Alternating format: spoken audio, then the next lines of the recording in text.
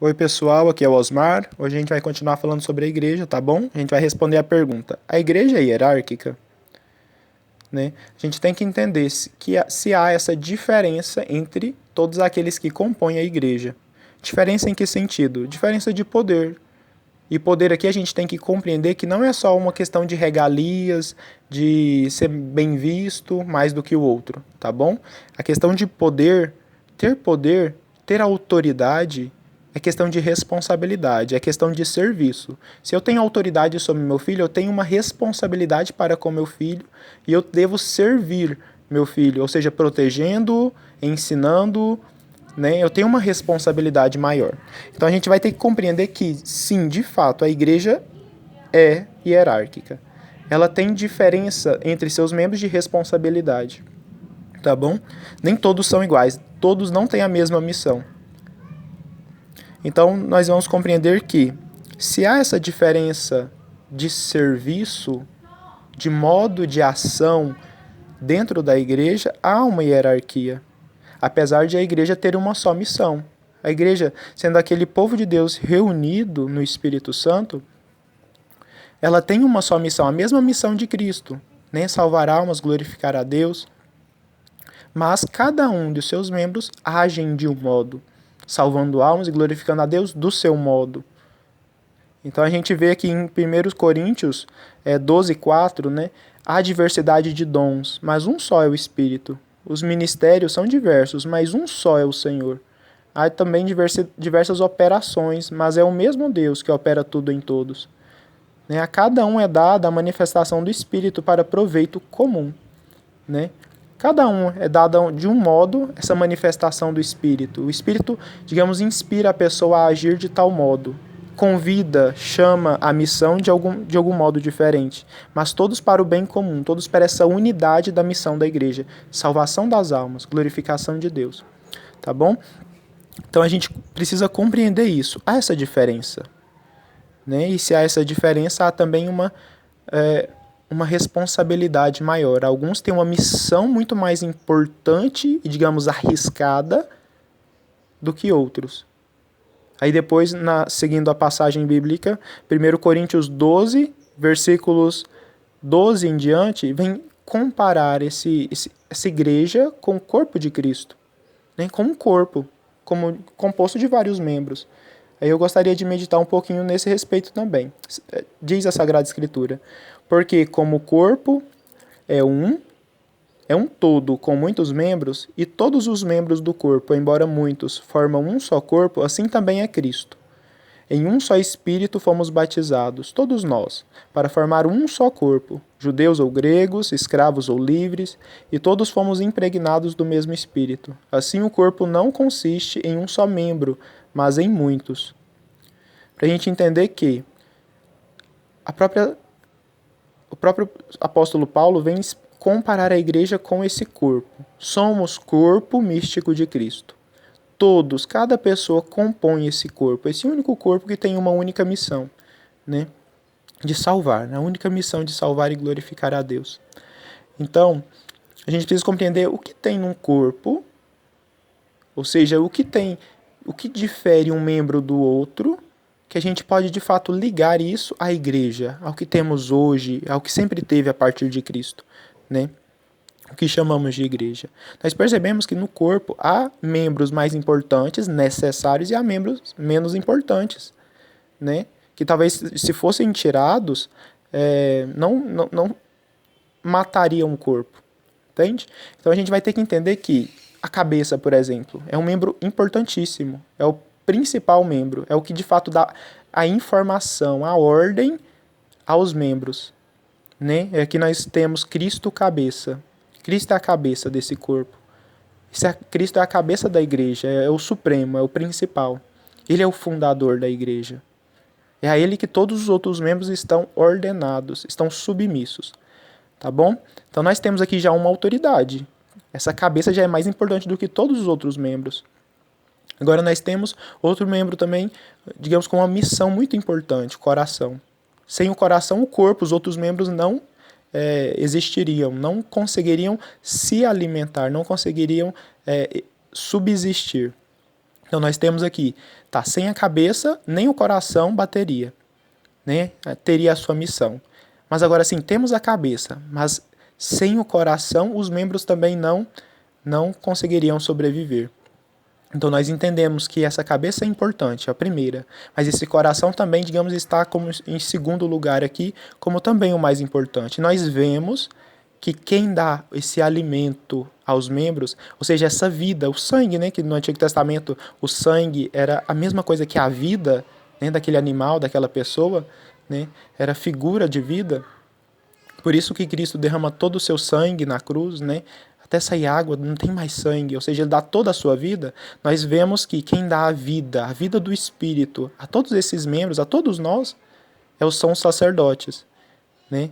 É aquele ministério ordenado pelo próprio Cristo, né?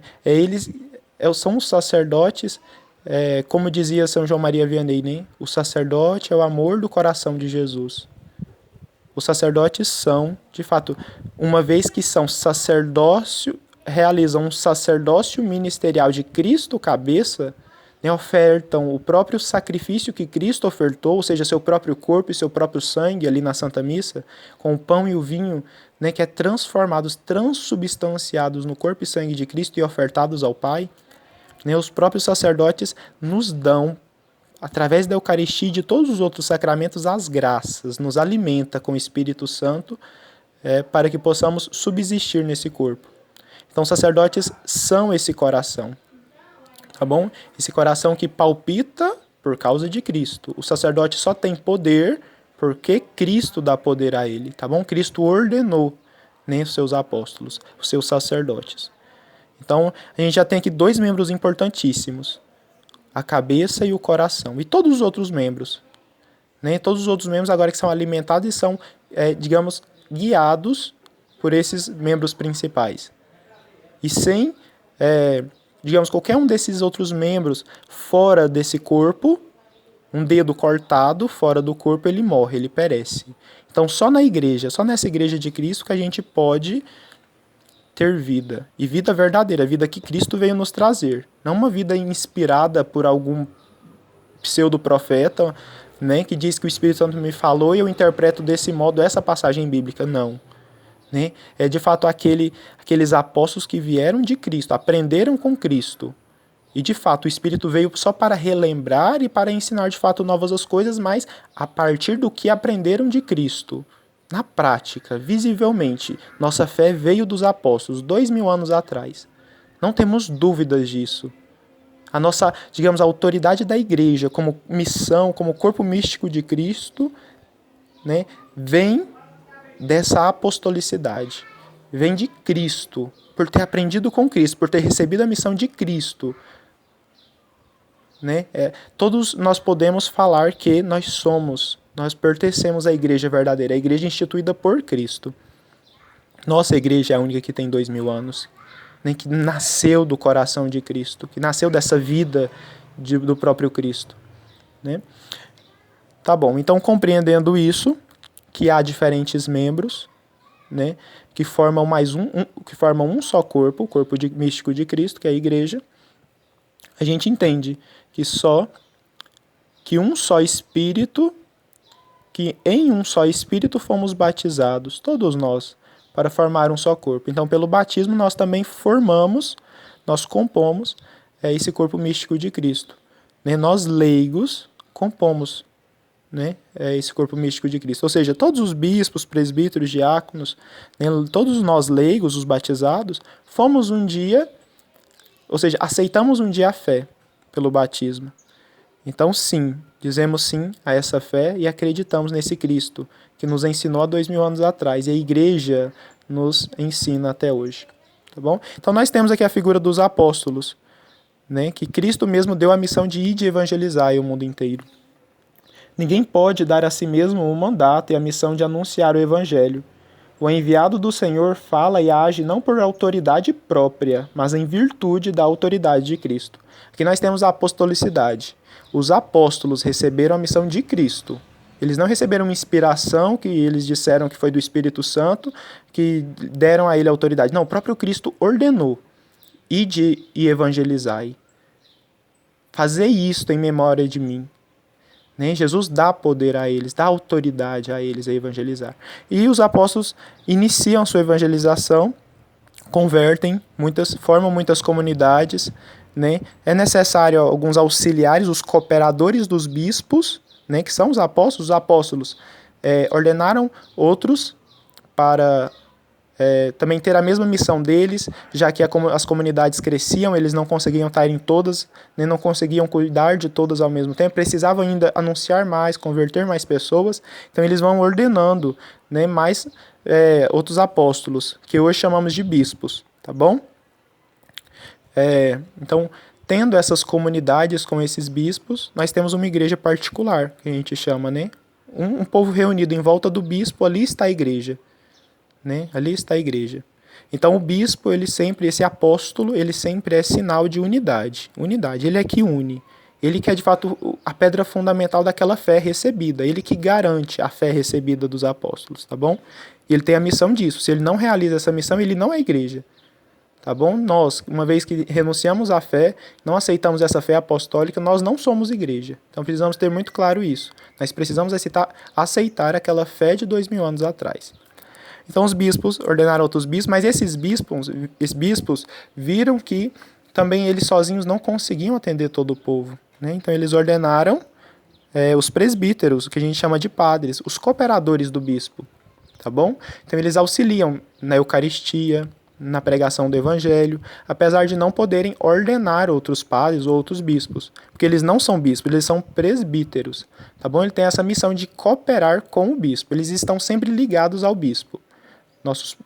Nossos padres aqui da nossa diocese estão todos, digamos, submissos ao bispo. Devem obediência ao bispo. E os diáconos, né, que chegou um momento em que os bispos perceberam que eles não conseguiam atender em questão de serviço, né, de caridade e etc., todo aquele povo. Então eles escolheram alguns homens, né, de boa fama e fé, para que servissem as viúvas, os órfãos, questão financeira daquelas comunidades iniciais. Então, os diáconos têm essa missão de serviço, tá bom?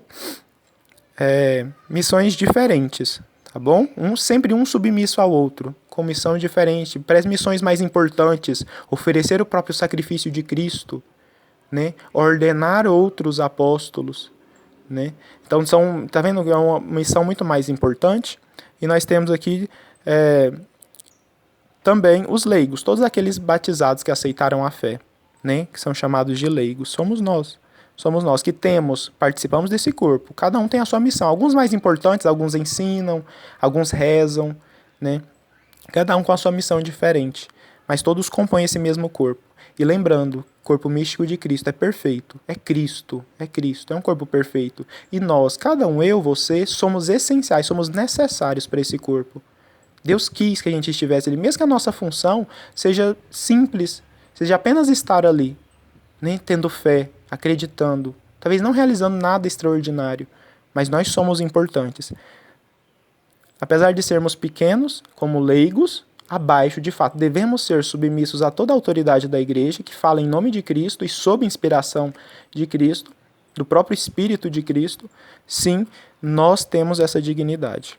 Todos nós formamos um só corpo, com missões diferentes, claro, mas um só corpo, o corpo místico de Cristo. Temos a dignidade de afirmar, nós pertencemos à verdadeira igreja de Cristo, de 2000 anos, a verdadeira igreja de Cristo que veio dos apóstolos. Né? Aquela igreja visível que eu falava no vídeo anterior, né? Se a gente for remontar ao início da igreja, a gente vai remontar aos apóstolos. A igreja verdadeira de Cristo, hoje, tem que remontar aos apóstolos, tem que ser apostólica. Não pode ser apenas de uma inspiração aqui de agora e eu fundo agora uma igreja e falo que é de Cristo. Não. Ela deve vir de fato, porque Cristo foi de fato físico, real, e ele veio a partir de pessoas reais, essa igreja até nós. Tá bom? Fiquem todos com Deus.